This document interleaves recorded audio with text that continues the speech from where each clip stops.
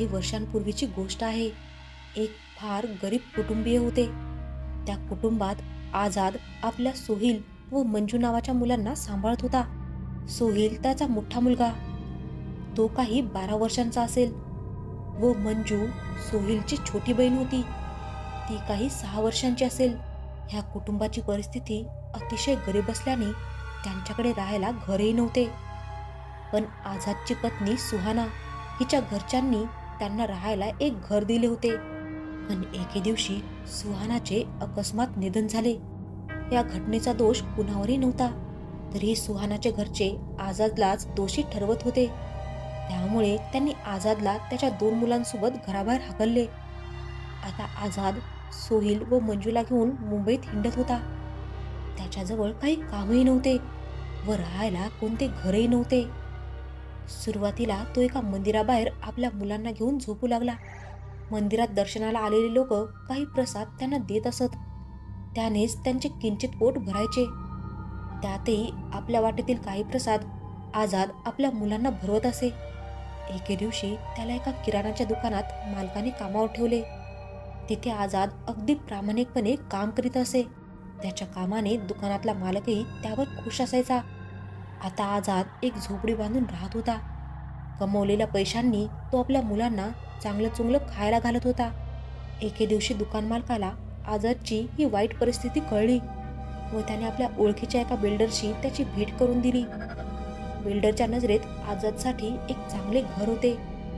त्याने आझादला सर्व काही सांगितले व एके दिवशी तो बिल्डर आझाद व त्याच्या 2 मुलांना घर दाखवायला घेऊन गेला. ते घर मुंबईतल्या एका सुनसान गल्लीत होते. त्या गल्लीचं नाव होतं गल्ली नंबर 16. त्या गल्लीत काही लोक राहत होती, पण ती खूप विचित्र वागत होती. ती कधी आपले घर सोडून बाहेर यायची नाहीत. जणू ती खूप घाबरायची घरातून बाहेर निघायला. जेव्हा बिल्डरने त्यांना त्यांचे घर दाखवले तेव्हा आझाद त्याला म्हणू लागला की माझ्याजवळ हे घर घेण्या इतके पैसे नाहीयेत. त्यावर बिल्डर आझादला समजावू लागला की तू मला या घराचे पैसे देऊ नकोस, फक्त माझे एक काम कर. कसलं काम? आझादने विचारलं. तो आझादला मुलांपासून लांब गल्लीच्या मागील बाजूला घेऊन गेला. तिथे एक विहीर होती. बिल्डर लांबूनच त्या विहिरीकडे बोट दाखवत म्हणाला, तुला ती विहीर दिसते? त्या विहिरीत दररोज रात्री ठीक 12 वाजता एक नारळ टाकत जा. हेच तुझं काम आहे. या बदल्यात तू तुझ्या घरात किती वर्ष राहा, तुला काही त्रास नाही होणार. बिल्डरच्या बोलण्यावर आझाद त्या विहिरीकडे पाहत शंकेने त्याला विचारू लागला, काय आहे त्या विहिरीत? त्यावर बिल्डरने त्याला सांगितले की ही एक देवाची विहीर आहे. इथल्या वास्तुशांतीसाठी ही विहीर खोदली गेली आहे. तू याचा जास्त विचार करत बसू नकोस. असे म्हणत बिल्डरने आझादच्या हातात घराची चावी दिली. चावी घेऊन आझादने घराचा दरवाजा उघडला व आपल्या नवीन घरात प्रवेश केला. काही वेळाने बिल्डरही आपल्या घराकडे निघाला व जाता जाता त्याने आझादला आठवण करून दिली की विहिरीत नारळ टाकायला विसरू नकोस म्हणून. आझादनेही त्याला होकार दिला. आता आझाद सोहिल व मंजूसोबत त्या घरात राहत होता. आझाद घरातली काही कामं आवरत होता, तर दुसरीकडे सोहिल व मंजू दोघेही गल्लीत पकडापकडी खेळत होते. आपल्या मुलांना आनंदात पाहून आझादचे मनही खूप प्रसन्न झाले. पकडापकडी खेळून ते दोघेही खूप कंटाळले होते, म्हणून त्यांनी आता लपाछुपी खेळण्याचे नक्की केले. सोहिलने मंजूला राज्य घ्यायला सांगितले. मंजू डोळे बंद करून 1 ते 100 अंक म्हणू लागली. तेवढ्यातच सोहिल कुठेतरी लपला. मंजू त्याला शोधू लागली. सोहिलला शोधत शोधत ती गलीच्या मागच्या बाजूला गेली, जिथे विहीर होती. ती विहीर पाहून मंजू त्या विहिरीजवळ गेली व त्या विहिरीत डोकावून पाहू लागली. त्या विहिरीत संपूर्ण काळे पाणी होते. त्या पाण्याचा रंग इतका काळा होता की पाण्याखाली काय आहे ते वरून दिसतच नव्हते. मंजू त्या विहिरीत थुकली. तेवढ्यातच त्या काळ्या पाण्यात एका बाईचा भयानक चेहरा तिला दिसला. ती बाई मंजूकडेच विहिरीतून पाहत होती व मंजू वरून तिच्याकडे पाहत होती. तिच्याकडे पाहत असतानाच मंजू आपले सगळे अस्तित्वच विसरून गेली. त्या बाईने मंजूच्या शरीरावर ताबा मिळवला व आता ती पूर्णपणे त्या बाईच्या वशमध्ये होती. अचानकच ती विहिरीच्या कठड्यावर चढली व विहिरीत उडी मारणारच होती तेवढ्यातच तिला मागून येऊन कोणीतरी पटकन खाली खेचले. तो सोहिलच होता. तिला खाली खेचताच सोहिल मंजूकडे पाहत तिला म्हणाला, "अगं, वेडी आहेस का तू? जर विहिरीत पडली असतीस तर?" सोहिलच्या या बोलण्यावर कोणताही प्रतिकार न करता मंजू तशीच त्याच्याकडे बघत उभी राहिली व थोड्या वेळाने परत ती मान फिरवून त्या विहिरीकडे पाहू लागली. तेवढ्यातच आझादने दोघांना आवाज दिला, "जेवायला या" म्हणून. सोहिल मंजूला घेऊन घराकडे गेला. घडलेला प्रसंग वडिलांना सांगितला तर ते खूप घाबरतील, म्हणून सोहिलने त्यांना काही नाही सांगितले. जेवताना मंजूच्या चेहऱ्यावर कुठलेच हावभाव नव्हते. ती एकदम मंदपणे आपले जेवण करून मोकळी झाली. तिच्या असे विचित्र वागण्यामागचे कारण कुणालाच कळत नव्हते.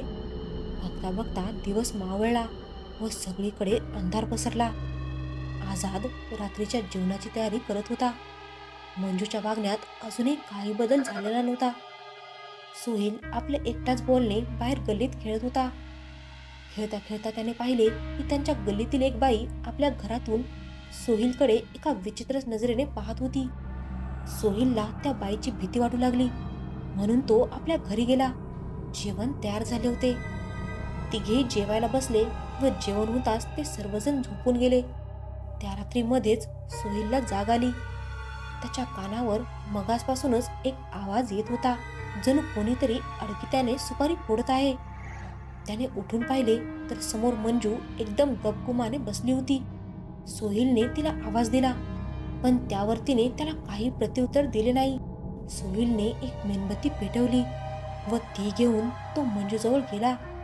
त्याने पाहिले की मंजूच्या समोरच एका कुत्र्याचे मुंडके पडले होते व मंजू ते खात होती. सोहिलला जो आवाज येत होता तो सुपारी फोडण्याचा नव्हे तर हाडं खाण्याचा आवाज होता हे त्याला कळाले. तसा तो खूप घाबरून गेला व भीतीने त्याच्या तोंडून एक किंकाळी फुटली. ती किंचाळी ऐकताच मंजूने त्याच्याकडे पाहिले. तसे सोहिलने पाहिले की मंजूचे डोळे लाल रंगात चमकत होते. हे पाहून सोहिल खूप घाबरला व तो मागे पळू लागला. तेवढ्यातच त्याचा पाय घसरला व तो खाली पडला. मंजू त्याच्या जवळ आली व त्याच्या अंगावर चढली. तिच्या तोंडातून रक्त गळत होते. मंजूचे एवढे भयानक रूप पाहून सोहिल वाचवा वाचवा म्हणून ओरडत होता, पण त्याची पुकार कोणीच ऐकली नाही. अचानकच मंजूने एक वरवंटा घेतला व तो सोहिलच्या तोंडावर मारला. सोहिल मोठ्याने किंचाळला व झोपेतून जागा झाला. त्याने एक भयानक स्वप्न पाहिले होते. तो खूप घाबरला होता. त्यामुळे तो थोडा वेळ निवांत बसून राहिला. काही वेळ बसल्यामुळे त्याची भीती आता कमी झाली होती. तो आता परत झोपणारच होता, पण त्याआधी तो पाणी प्यायला उठला. तसं त्यानं पाहिलं की त्याचे वडील त्यांच्या जागेवर नव्हते. तो त्यांना शोधण्यासाठी दरवाजाजवळ आला. तसा दरवाजा कोणीतरी बाहेरून उघडला. तो आझाद होता. आपले वडील एवढ्या रात्री बाहेर काय करत होते हे त्याने त्यांना विचारलं. त्यावर आझाद सोहिलला म्हणाला की बाहेर कुत्रे भुंकत होते म्हणून त्यांना हाकलण्यासाठी गेलो होतो. तू झोप आता, सकाळी पुन्हा उठायचं आहे असे म्हणून ते दोघेही परत जाऊन झोपले होते. पण त्या रात्री आझाद काहीतरी वेगळ्याच कामानिमित्ताने बाहेर गेला होता. गल्लीमागच्या विहिरीत नारळ टाकून तो आला होता. सकाळ झाली. नवीन दिवस उजाडला. तो दिवसही नेहमीच्या दिवसांप्रमाणेच निघून गेला. त्या रात्री सुद्धा आझाद विहिरीत नारळ टाकून आला. असेच काही दिवस निघून गेले. मंजूच्या वागण्यातही आता बदल घडून आला होता. पण सोहिलच्या मनात आता नवीन शंका निर्माण झाली होती. सोहिलला हे कळाले होते की आपले बाबा रात्री कुठेतरी बाहेर जातात, पण ते कुठे जातात हे त्याला शोधायचे होते. एके दिवशी सोहिलने मंजूला आपल्या मनातील सर्व शंका सांगितली व म्हणाला, आपले बाबा रात्री कुठेतरी बाहेर जातात आणि ते कुठे जातात ते आपल्याला शोधायचे आहे. त्यासाठी आपण आज रात्री झोपायचे नाही. फक्त असे नाटक करायचे की आपण झोपलो आहोत. एकदा बाबा बाहेर गेले की आपणही लपून त्यांचा पाठलाग करायचा. सोहिलच्या या बोलण्याला मंजूने होकार दिला. रात्र झाली. ठरवल्याप्रमाणे सोहिल व मंजू जेवण करून नुकतेच पडून राहिले होते, झोपायचे नाटक करत. रात्रीचे 12 वाजले. आझाद झोपेतून उठला व किचनमध्ये जाऊन एक नारळ घेऊन आला. त्याने सोहिल व मंजूकडे पाहिले. दोघेही झोपले आहेत असे त्याला वाटले, म्हणून तो घराबाहेर निघाला. आझाद जसा बाहेर गेला तसा सोहेल जागा झाला व त्याने मंजूला उठवले. ते दोघेही आझादचा पाठलाग करत बाहेर आले. पाठलाग करता करता ते दोघेही गल्लीमागच्या विहिरीजवळ पोहोचले.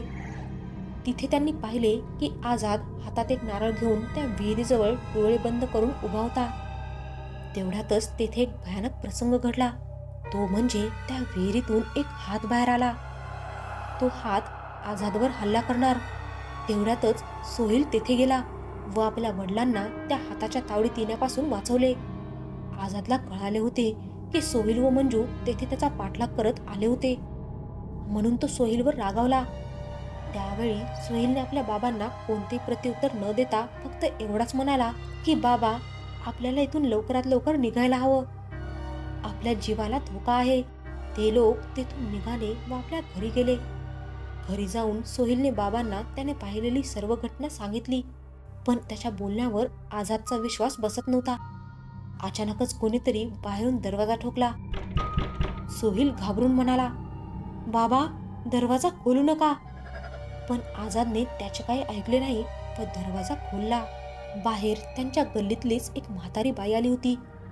आझादने त्यांना आतमध्ये बोलावले व दरवाजा लावून घेतला.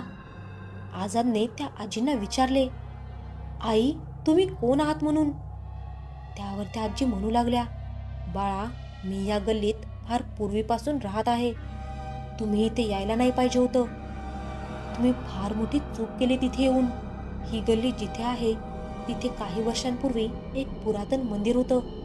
त्या मंदिरावर लोकांची खूप श्रद्धा होती. त्या मंदिराच्या परिसरात काही ब्राह्मणांची घरही होती. पण एके दिवशी इथे एक बिल्डर आला व त्याने इथली जमीन एक इमारत बांधण्यासाठी मागितली. परंतु इथल्या लोकांनी त्या बिल्डरला विरोध केला. त्याचा परिणाम बिल्डरने रात्री येऊन सगळी घरं व ते मंदिर बुलडोझरने उद्ध्वस्त करून टाकले. यात काही लोकांना आपला जीवही गमवावा लागला होता. त्या मोकळ्या जमिनीवर बिल्डरने नवीन इमारत बांधायला सुरुवात केली, पण त्या कामात बिल्डरला खूप अडथळे निर्माण होत होते. लोकांचे असे म्हणणे होते की देवाची शक्ती अजूनही कायम आहे. ती इथल्या लोकांवर कोणताही अन्याय होऊ देणार नाही. बिल्डरला काही केल्या इमारत बांधायचीच होती, म्हणून त्याने तंत्रमंत्र करून एका वाईट शक्तीला येथे बोलावले व तिची मदत घेतली. तिला बोलवण्यासाठी बिल्डरने एक विहीर खोदली व त्या विहिरीद्वारे ती वाईट शक्ती नरकातून या जगात आली. तेव्हापासून त्या विहिरीचे पाणी काळे आहे. ती वाईट शक्ती एवढी भयानक व एवढी शक्तिशाली होती की तिच्या पुढे देवाची शक्ती देखील अपुरी पडली.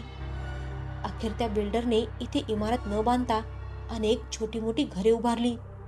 ह्या घरांमध्ये अनेक लोक येऊन राहू लागले. पहिले काही महिने सर्व काही ठीक होते, पण नंतर ती वाईट शक्ती इथल्या लोकांवर हल्ले करू लागली. अनेक लोकांचे इथे प्राणही गेले. हळूहळू लोक घर सोडून जाऊ लागली.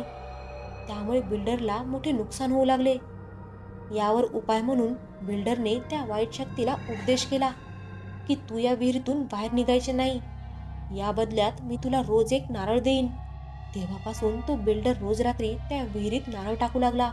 पण एका रात्री विहिरीत नारळ टाकायला गेला असतानाच त्या वाईट शक्तीने बिल्डरला विहिरीत खेचून घेतले. त्यानंतर बिल्डरची कुणाला काही खबर नाही लागली. या घटनेनंतर अनेक लोक आपले घर सोडून इथून निघून गेले. ज्यांच्याकडे राहायला घरे नव्हते ते घाबरून इथेच राहत होते. पण त्या वाईट शक्तीने कुणालाही इथे सुखाने जगू दिले नाही. तुम्हाला ज्या बिल्डरने इथे आणले तो त्याच बिल्डरचा धाकटा भाऊ आहे, ज्याने या वाईट शक्तीला बोलावले. तुमच्याकडून ते काम करून घेतले. ज्या जीवाला फार मोठा धोका होता. तुमच्या मुलाने जे काही पाहिले, तो जे काही सांगतोय ते सर्व खरं आहे. आजींचे हे बोलणे ऐकून आझादला आपल्या मुलांची काळजी वाटू लागली. म्हणून त्यांना विचारले की आता मी काय करू. त्यावर त्या आजींनी आझादला आपल्या मुलांना घेऊन लवकरात लवकर इथून निघून जायला सांगितले. आझाद लगेचच घरातून निघण्याची तयारी करू लागला. तयारी होताच ते निघणारच होते. तेवढ्यातच त्या आजी म्हणाल्या, तुमच्यासोबत एक मुलगी होती, ती कुठे आहे? आजींचा हा प्रश्न ऐकताच आझाद खूपच घाबरून गेला. त्याला लक्षात आले की मगासपासून मंजू आपल्या सोबत नाहीये. म्हणून तिला शोधत आझाद, सोहेल व त्या आजी तिघेही त्या विहिरीजवळ गेले. व तिथे जाऊन पाहिले तर काय, मंजू विहिरीच्या वर हवेत उभी होती. ती पूर्णपणे त्या वाईट शक्तीच्या ताब्यात होती. तिचे डोळे पूर्णपणे पांढरे पडले होते व तोंडातून रक्त वाहत होते. मंजूची अशी अवस्था पाहून सोहिल रडू लागला. मंजूला वाचवण्यासाठी आझाद जसा एक पाऊल पुढे गेला तशी मंजू विहिरीत खाली पडली. तिला वाचवण्यासाठी आझाद त्या विहिरीत उडी मारणार तेवढ्यातच त्या आजींनी त्याला थांबवले. आजी म्हणू लागल्या, मंजू आता राहिली नाही. तुम्ही दोघेही आता लवकरात लवकर इथून निघा, नाहीतर ती वाईट शक्ती तुमचा जीव सोडणार नाही. आझाद सोहिलला खांद्यावर उचलून बाहेर पळत सुटला व त्याने मागे परत वळून सुद्धा पाहिले नाही. जाता जाता शेवटी सोहिलने आपले डोळे उघडले व त्याने पाहिले की मागे ज्या आजी उभ्या होत्या त्या हळूहळू नाहीशा होत होत्या. सोहिलला हे कळाले की ज्या व्यक्तींनी त्यांची मदत केली होती त्या कोणी आजी नव्हे तर आजींच्या स्वरूपात साक्षात देवच त्यांच्या मदतीला धावून आला होता.